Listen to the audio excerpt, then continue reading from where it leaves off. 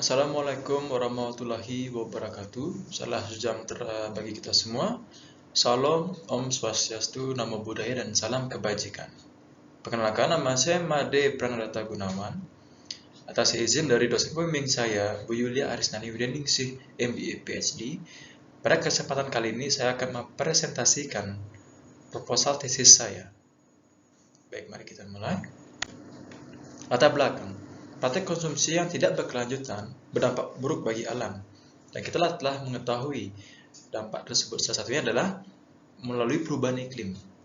Dan kalau di dalam cuaca kali ini kita sering merasakan suhu yang semakin meningkat secara konstan tiap tahunnya, atau juga pemanasan global.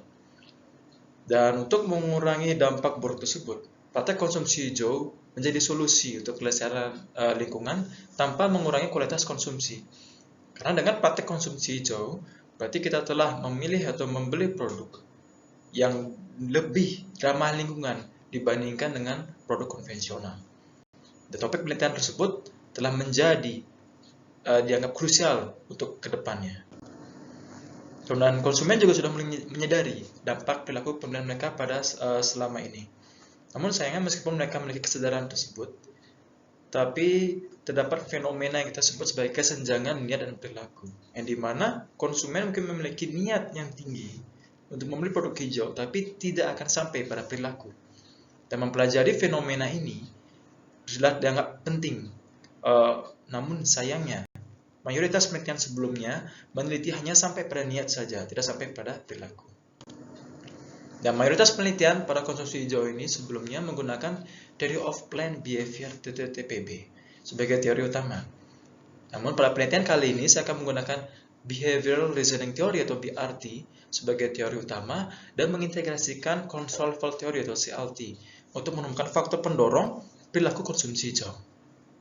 Dan menemukan faktor pendorong tersebut akan selaras dengan harapan dari Kementerian Lingkungan Hidup dan Kehutanan untuk Indonesia mencapai titik net zero emission pada 2060. Dan untuk kesenjangan teoritisnya, BRT tidak akan saya gunakan masih tergolong teori dalam tahap pengembangan. Dan menurut Sahu, Padi, dan D 2020, pengembangan bisa melalui penambahan variabel seperti moderasi dari teori lain yang sampai saat ini masih minim dilakukan dalam studi yang menggunakan BRT, atau sekitar hanya 21,74% saja. Dan jumlah penelitian yang menjelaskan cara untuk mengurangi kesenjangan niat perilaku konsumsi masih terhitung langka. Dan oleh karena itu, dalam penelitian ini, integrasi BRT dengan CLT untuk menjelaskan lebih baik pengaruh niat pada perilaku konsumsi produk hijau akan dilakukan. Dan untuk kesenjangan empiris, yang pertama, kesenjangan niat perilaku masih belum dipahami dengan baik, dan mayoritas penelitian hanya sampai meneliti pada bagian niat saja. Dan penelitian serupa juga masih belum dilakukan di Indonesia. Dan pemahaman mengenai konsumen produk hijau Indonesia juga masih sedikit diketahui. Sehingga model penelitian kali ini akan sampai pada bagian perilaku. Dan lokasi pengambilan sampel juga di Indonesia. Dan terdapat beberapa pertanyaan dan tujuan penelitian seperti pada di slide berikut.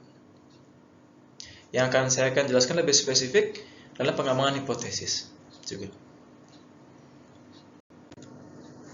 Kemudian teori pertama adalah BRT, dicetuskan oleh James D. Westerby pada tahun 2005.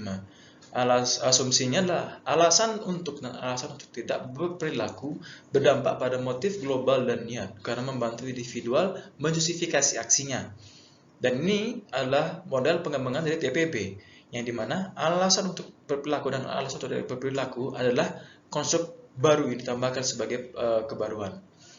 Dan alasan di sini bersifat kontekstual spesifik. Akan saya jelaskan lebih lanjut berikutnya. Nah, model penelitian ini telah melalui berbagai modifikasi seperti pada gambar 1. Ini adalah yang asli oleh Westerby pada tahun 2005. Kemudian pada gambar 2 ada model adaptasi BRT oleh Westerby, Probst, dan Lee 2010. Kemudian di gambar ketiga ada model adaptasi BRT yang sangat populer, yang akhirnya digunakan oleh banyak peneliti yang memang langsung ingin berfokus pada sikap dan perilaku. Kemudian teori kedua adalah CLT, yang dicetuskan oleh Jacob Thorpe dan Nira Lieberman. Asumsinya, tingkat konstrual yang merepresentasikan sebuah objek tergantung dari jarak psikologis objek tersebut dengan mental seseorang. Dan jarak psikologis terdiri dari 4 dimensi, yaitu jarak temporal, jarak spasial, jarak sosial, dan juga jarak hipotetis. Saya akan memberikan ilustrasinya seperti gambar di bawah. Jika anggap ini mental kita, kondisi mental kita, dan juga ini adalah objeknya adalah misalnya contohnya adalah perubahan iklim. Jika kita memiliki jarak antara mental dengan juga perubahan iklim yang dekat, berarti kita membentuk tingkat konseptual yang konkret atau proksimal. Tapi sebaliknya jika jauh, itu akan menjadi distal atau abstrak. Sebagai contoh, saya akan mengambil dimensi jarak spasial. Jika antara mental dengan objek itu dekat, jarak spasial ini berarti seperti berkata, oh, perubahan iklim itu dekat, ada di dekat rumah saya. Tapi jika jauh, oh, itu terjadi di luar negeri, masih jauh seperti itu. Dan pada basis itu saya membentuk model penelitian seperti ini, dari mana menggunakan teori utama yaitu BRT dan diintegrasikan dengan teori lebih mikro yaitu CLT untuk membentuk model pembaharuan. Seperti rekomendasi dosen pembimbing saya dan juga dosen saya waktu saya belajar di kelas WUP oleh Prof. Inilah modelnya.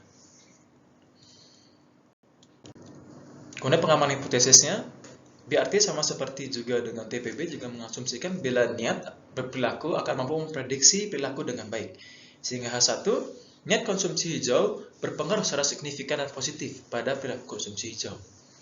Yang kedua, mendekatkan isu perubahan iklim seperti membuatnya lebih realistis, tadi lebih dekat pada jarak psikologisnya, mampu mengurangi halangan seorang untuk berperilaku yang berpihak pada lingkungan.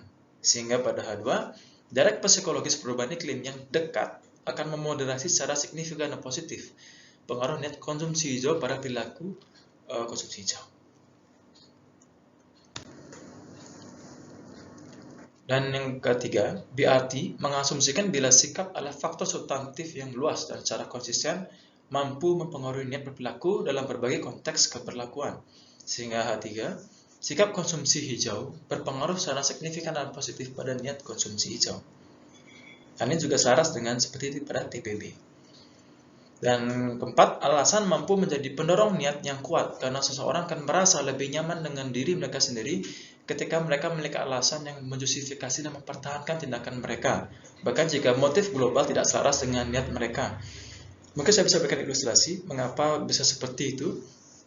Misalnya seseorang manajer yang ingin memecat karyawannya, mungkin dia memiliki sikap yang buruk atau sikap yang negatif dengan terhadap memecat seseorang. Tapi jika dia memiliki alasan yang kuat, misalnya untuk menghemat anggaran, maka dia akan tetap membentuk niat untuk memecat seseorang tersebut. Di sini H4A, alasan untuk mengkonsumsi hijau berpengaruh secara signifikan dan positif pada niat untuk mengkonsumsi hijau.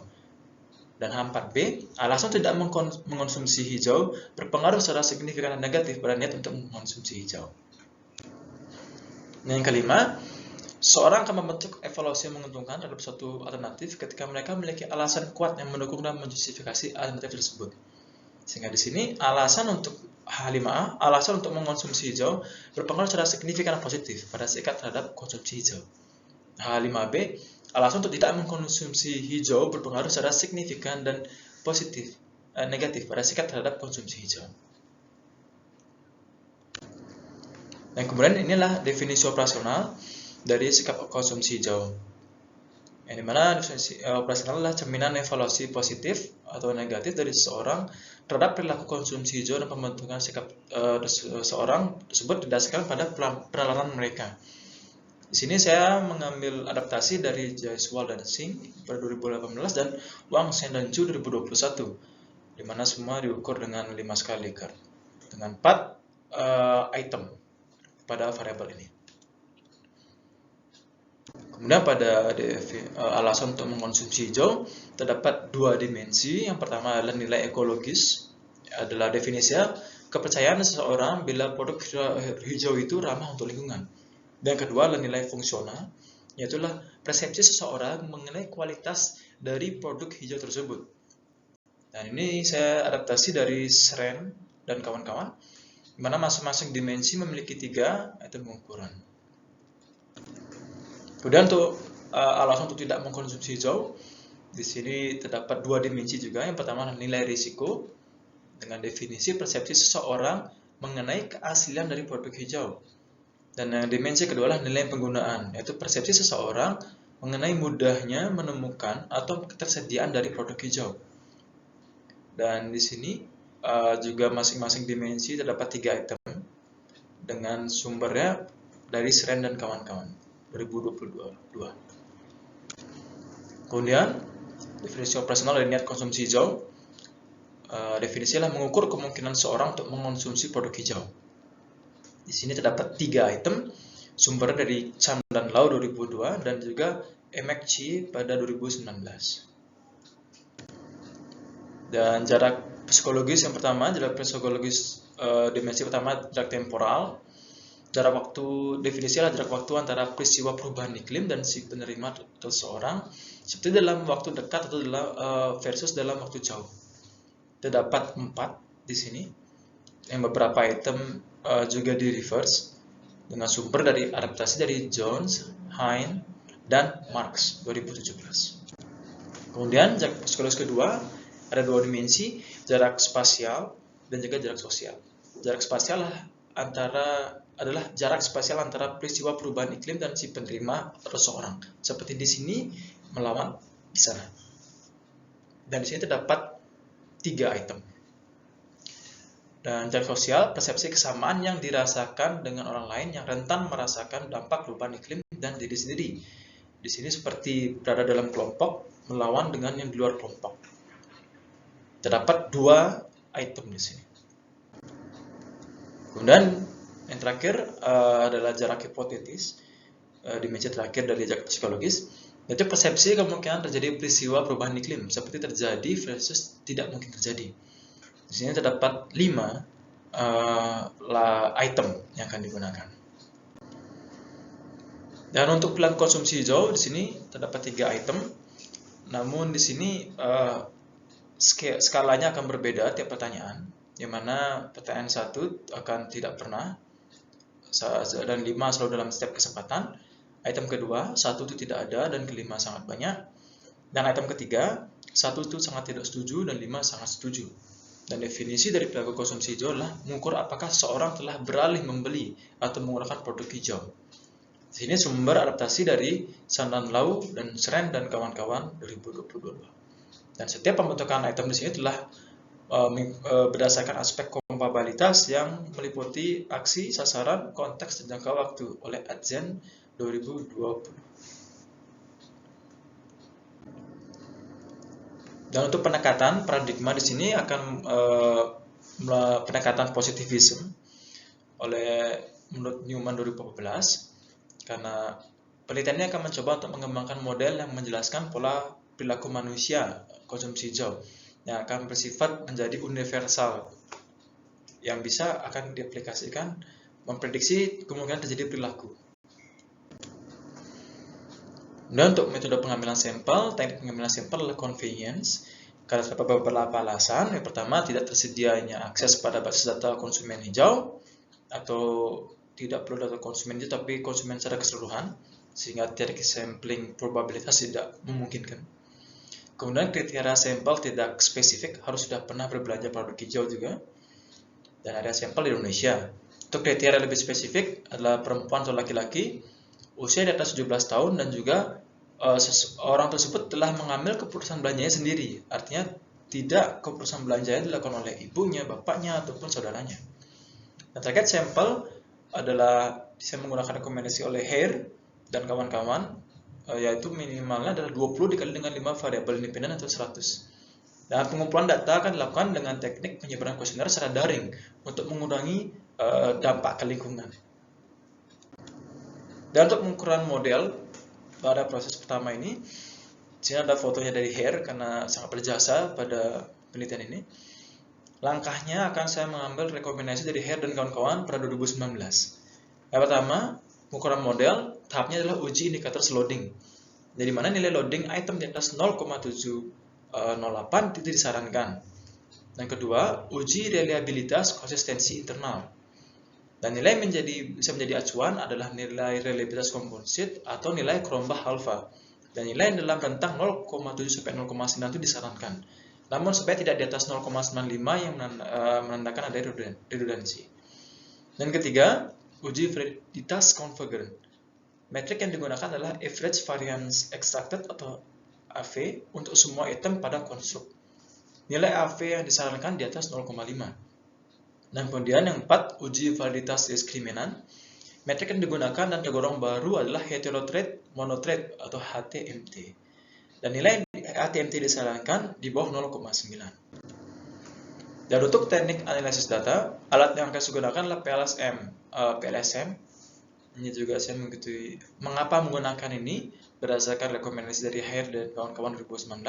Pertama, kerangka kerja teoritis pada penelitian ini bersifat prediksi.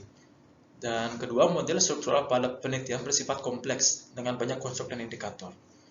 Dan tujuan penelitian berusaha untuk mengembangkan sebuah teori yang telah mapan atau BRT. Dan PLSM dapat bekerja dengan baik pada kondisi jumlah sampel yang tidak banyak dan dapat isu distribusi data yang tidak normal. Hal ini dikarenakan pada PLSM akan harus menggunakan bootstrapping. Dan keempat, alasan ini yang menjadikan kenapa saya menggunakan PLSM dibandingkan dengan CBSM. Nah, kemudian pada langkah terakhir setelah kita tadi mengukur model, kita akan menganalisis model struktural. Dan saya mengikuti lagi rekomendasi oleh Hare dan kawan-kawan 2019. Yang pertama adalah uji kolineritas. Metrik yang digunakan adalah variance inflation factor pada suatu konstruk. Dan nilai VIV yang disarankan itu di bawah 3. Dan kedua adalah uji R kuadrat. Dan nilai R kuadrat dikategorikan lemah, menengah, dan kuat secara berurut dengan nilai sebesar 0,25, 0,5, 0,75. Nilai R kuadrat tidak disarankan melebihi 0,9 karena itu akan ada indikasi overfit. Dan ketiga, uji signifikasi statistik koefisien jalur. Di sini perlu melakukan prosedur bootstrapping pertama kalinya. Dengan rekomendasi subsampelnya ada 10.000. Nanti akan bergantung dengan kemampuan dari laptop saya. Mungkin saya akan menggunakan 5.000. Dan tingkat signifikansi dapat diterima pada 10, 5, dan 1% itu tergantung dari konteks penelitiannya. Yang keempat, uji moderasi.